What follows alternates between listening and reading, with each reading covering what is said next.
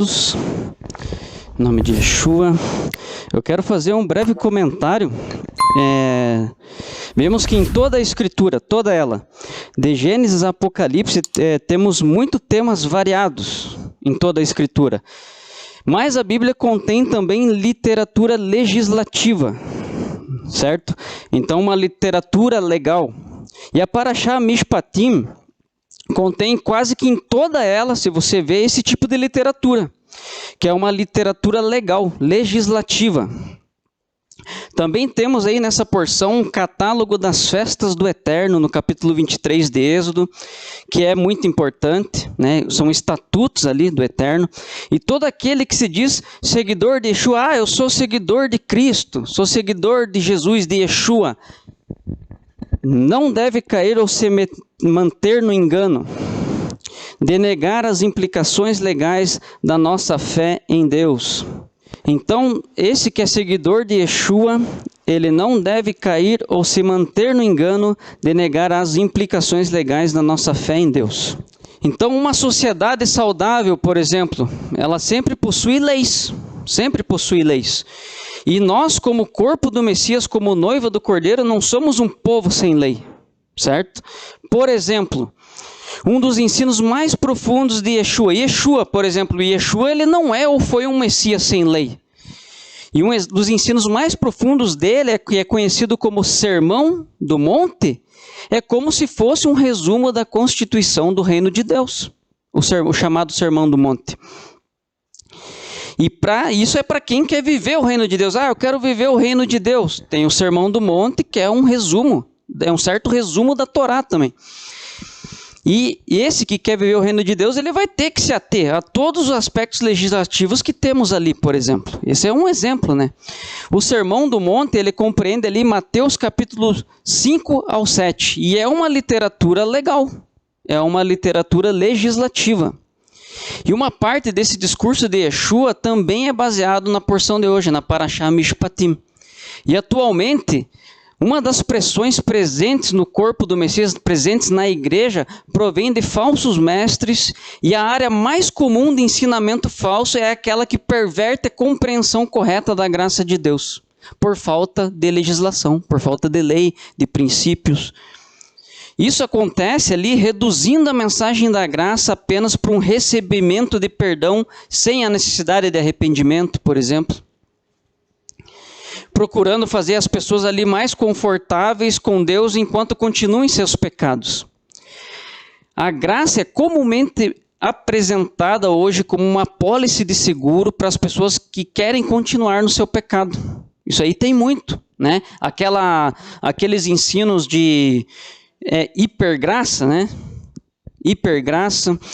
Mas a verdadeira mensagem da graça, ela nos inspira a negar a concupiscência e nos dá força para caminhar de maneira piedosa, vivendo a parte legislativa do reino de Deus, não de uma maneira engessada, mas aplicando a lei no mais profundo do nosso ser. Não na caducidade da letra, mas no espírito, ou seja, aplicando ela de forma profunda em nossas vidas. Como diz em Timóteo 2, 11 e 12, diz assim: porquanto a graça de Deus se manifestou Salvador a todos os homens, educando-nos para que, renegadas a impiedade e as paixões mundanas, vivamos no presente século sensata, justa e piedosamente. E uma coisa interessante é que o Eterno plantou um desejo também em todo ser humano, o desejo de se tornar grande. Eu vou fazer um parênteses aqui. Esse desejo de se tornar grande não é um desejo errado, se você for analisar, pois foi Deus quem implantou em nós. O problema é que o homem caído, a mentalidade do homem carnal, distorce o que é o se tornar grande para Deus. E esses falsos ensinos da graça, sem o foco de abandono de pecado, somado ali com o comprometimento da pessoa com essa legislação de Deus de uma forma profunda, espiritual e verdadeira, no sentido de nos tornarmos responsáveis, buscando uma obediência completa a tudo que Deus tem nos revelado, habilita as pessoas a viverem em concessões. Isso daqui deixe. Outra coisinha aqui, isso aqui não é tão importante.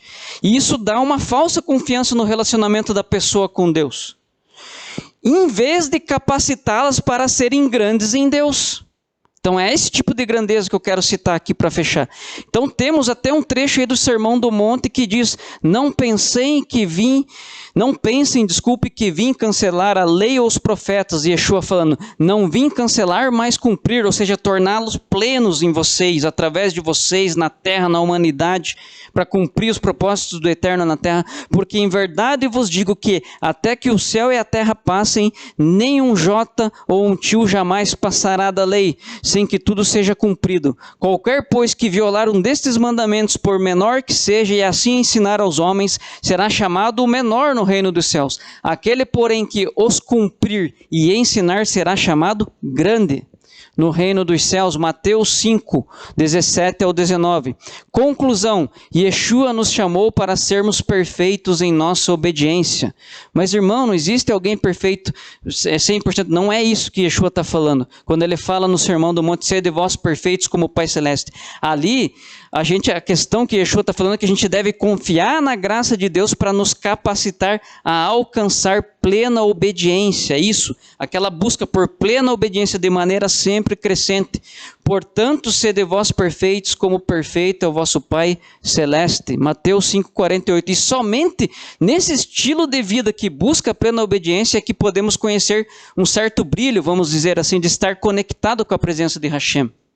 Só dessa forma. Existem dinâmicas poderosas no Espírito que ocorrem em nossas vidas somente quando a gente mira sobriamente nessa busca de obediência completa ou obediência 100%, vamos dizer assim.